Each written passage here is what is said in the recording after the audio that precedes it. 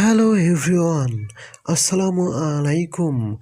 This is Salman Al Hassan. Today I will talk about something.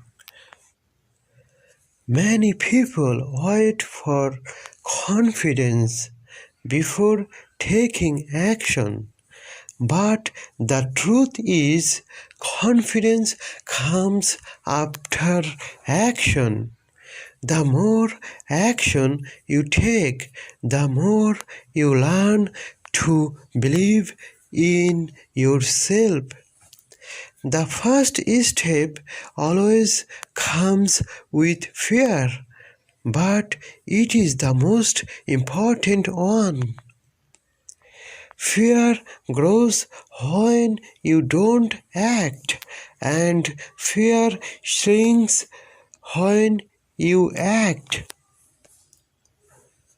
Start with small actions. You don't need to do everything at once. Every small success increases your confidence. Those who take action learn and improve.